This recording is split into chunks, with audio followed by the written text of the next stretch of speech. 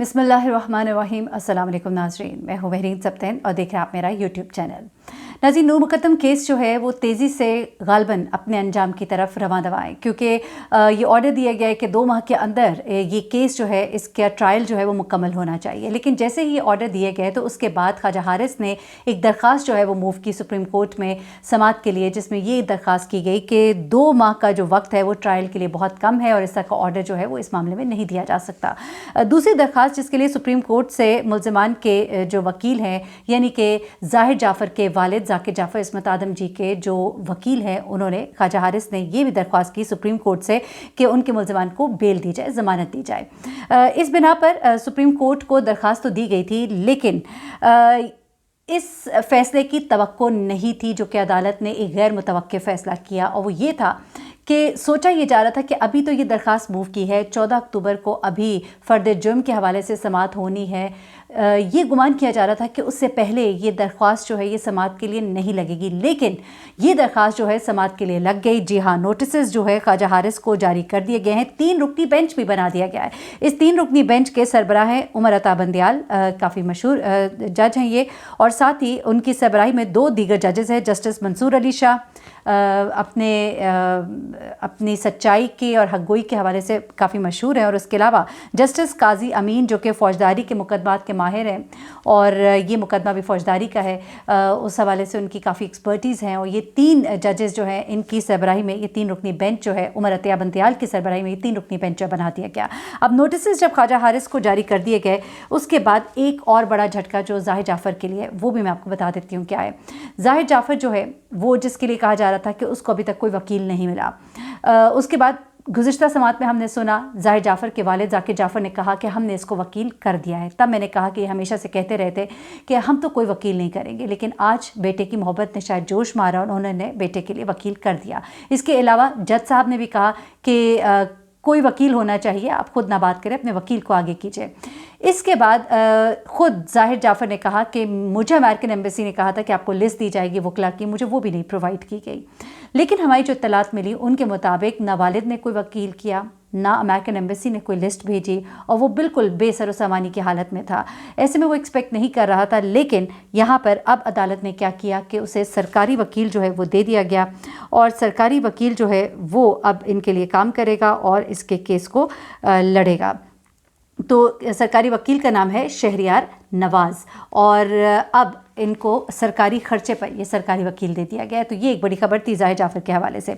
अच्छा, अब ये गैर मुतवक्किल फ़ैसला बहुत जल्दी अब यानी कि सुनवाई, और वो भी 11 अक्टूबर, यानी कि आज ही मैं इस वीडियो को अपलोड करूँगी। तैयार तो मैंने गुज़िश्ता रात को कर ली, लेकिन अब जब मैं ये वीडियो आप तक पहुँचेगी उसके बाद कोई ना कोई फ़ैसला यकीनन 11 अक्टूबर आज के दिन कुछ ना कुछ इस हवाले से भी आ गया होगा, तो वो भी मैं आपके साथ शेयर कर लूँगी अपनी दूसरी वीडियो में। लेकिन अब क्या होता है, यहाँ पर ये 2 दरखास्तें हैं, एक तो 2 माह के वक्त के हवाले से और ज़मानत देने के हवाले से।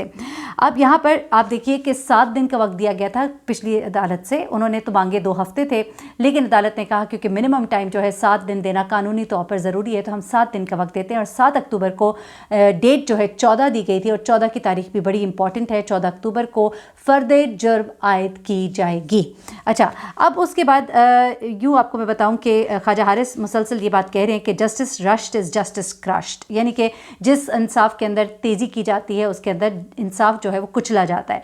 अच्छा, उन्होंने अब कुछ पॉइंट्स उठाए हैं, बड़े ख़ास पॉइंट्स हैं, वो मैं आपको बता देती हूँ, और उसकी रोशनी में आगे इस केस के ऊपर जो असरात पड़ेंगे। और इसके बाद जो ज़ाहिर जाफ़र का फ़ोन है और कुछ और चीज़ें हैं, और जो पुलिस की कोताही है वो जो सामने आई है वो आपको बताऊँगी। लेकिन उससे पहले ज़रा इस तरफ आ जाते हैं। सबसे पहले ख्वाजा हारिस के जो मेन पॉइंट्स हैं जो उन्होंने उठाए हैं और जिसका कि जिक्र अब सुप्रीम कोर्ट की इस हेयरिंग के अंदर होगा, वो ये है कि सबसे पहली बात उन्होंने सवाल उठाया कि क्या वाक़यात की इत्तला ना देना इहानत जुर्म में शामिल है, यानी कि अगर उन्होंने इत्तला नहीं दी तो क्या वो जुर्म के मुर्तकिब हुए हैं। दूसरी बात जो उन्होंने उठाई कि ताज़ीरात पाकिस्तान का गलत जायज़ा लिया है इस्लामाबाद हाई कोर्ट ने, क्योंकि जाहिर सी बात है वो सुप्रीम कोर्ट में आए हैं इस्लामाबाद हाई कोर्ट के फैसले के ख़िलाफ़। तो यहाँ पे वो ये कह रहे हैं कि इस्लामाबाद हाई कोर्ट ने ताज़ीरात पाकिस्तान यानी कि इस कानून का गलत जायज़ा लिया है कि आप देख सकते हैं कि उसके वालिदैन का, ज़ाहिर जाफ़र के वालिदैन का कोई अनाद, कोई दुश्मनी नहीं थी, ना बज़ाहिर उनका कोई इरादा नूर मुक़द्दम को कत्ल करने का था। इस चीज़ को मद्देनज़र नहीं रखा गया इस्लामाबाद हाई कोर्ट ने अपनी समाअत में। उसके बाद उन्होंने ये भी कहा कि जो बयान जो सबब बना उनकी बेल ना होने का वालिदैन की, वो बयान दिया गया था एक्यूज़्ड और को एक्यूज़्ड की तरफ से। देखिए, एक बयान सामने आया जिसमें ज़ाहिर जाफ़र ने कहा कि मैंने अपने वालिद को फ़ोन किया, मैंने उनको बताया, और इस चीज़ को बयान का हिस्सा बनाया गया। जो पहला बयान था ज़ाहिर जाफ़र का, उसमें उसने अपने वालिद का जिक्र नहीं किया था या उसको नोट नहीं किया गया था पुलिस की तरफ से। लेकिन जब दूसरा बयान सामने आया, उसमें यह कहा गया कि ज़ाहिर जाफ़र ने कहा है कि मैंने अपने बाप ज़ाकिर जाफ़र को बताया था कि मैं इसका कत्ल कर चुका हूँ। तो यहाँ पर यह कहा जा रहा है कि एक्यूज़्ड यानी कि जो मुल्ज़िम असल मुल्ज़िम है ज़ाहिर जाफ़र, और को एक्यूज़्ड उसका साथ देने वाले यानी कि चौकीदार के बयान के ऊपर मेरे जो क्लाइंट्स हैं उनकी बेल को कैंसिल किया गया है, जबकि वो तो ऑलरेडी एक्यूज़्ड और को एक्यूज़्ड है, यानी कि वो तो है ही मुल्ज़िमान, और मुल्ज़िमान के बयान पर इनकी बेल को कैंसिल किया गया है। अच्छा, अब ज़रा आ जाते हैं ज़ाहिर जाफ़र के मोबाइल के हवाले से बड़ी अपडेट्स हैं। और आपको मालूम है कि ज़ाहिर जाफ़र का मोबाइल जो है, पुलिस तो ये कहती है कि इतनी इंपॉर्टेंट नहीं है उसका मोबाइल, क्योंकि चीज़ें जो हैं वो रोज़े रोशन की तरह आया हैं। ज़ाहिर जाफ़र यहाँ तक कि पिछली अदालत में ये कह चुका है, अदालत के सामने भी, कि मैं माफ़ी मांगना चाहता हूँ, मुझसे गलती हुई। ज़ाहिर जाफ़र की ये माफ़ी जो है, अब अगर जब ट्रायल चलता है और वहाँ पर भी खड़े होकर यही माफ़ी मांगता है और इकरार जुर्म करता है, इतराफ़ जुर्म करता है, तो ये केस जो है ये बहुत तेज़ी से आगे बढ़ेगा और अपने मंतकी अंजाम को पहुँचेगा, जहाँ तक कि ज़ाहिर जाफ़र का मामला है। हाँ, जहाँ तक इसके वालिदैन और को एक्यूज़्ड यानी कि दीगर मुल्ज़िमान का मामला है, उस मामले में केस जो है थोड़ी तवालत पकड़ सकता है। अब ज़ाहिर जाफ़र का जो फ़ोन है, इसने इरादतन या गैर इरादतन उसको तोड़ दिया था, उसकी स्क्रीन टूट गई थी। आपको याद होगा कि इसका फ़ोन जो है शुरू में तो मिला ही नहीं था। 2 दिन के बाद पुलिस जो है रिकवर करती है फ़ोन एक और कमरे से। इस दौरान में ये भी बात की गई कि इसकी वालदा जो है, एक कंपनी है, सिक्योरिटी कंपनी, जिसके साथ मुसलसल राब्ते में थी।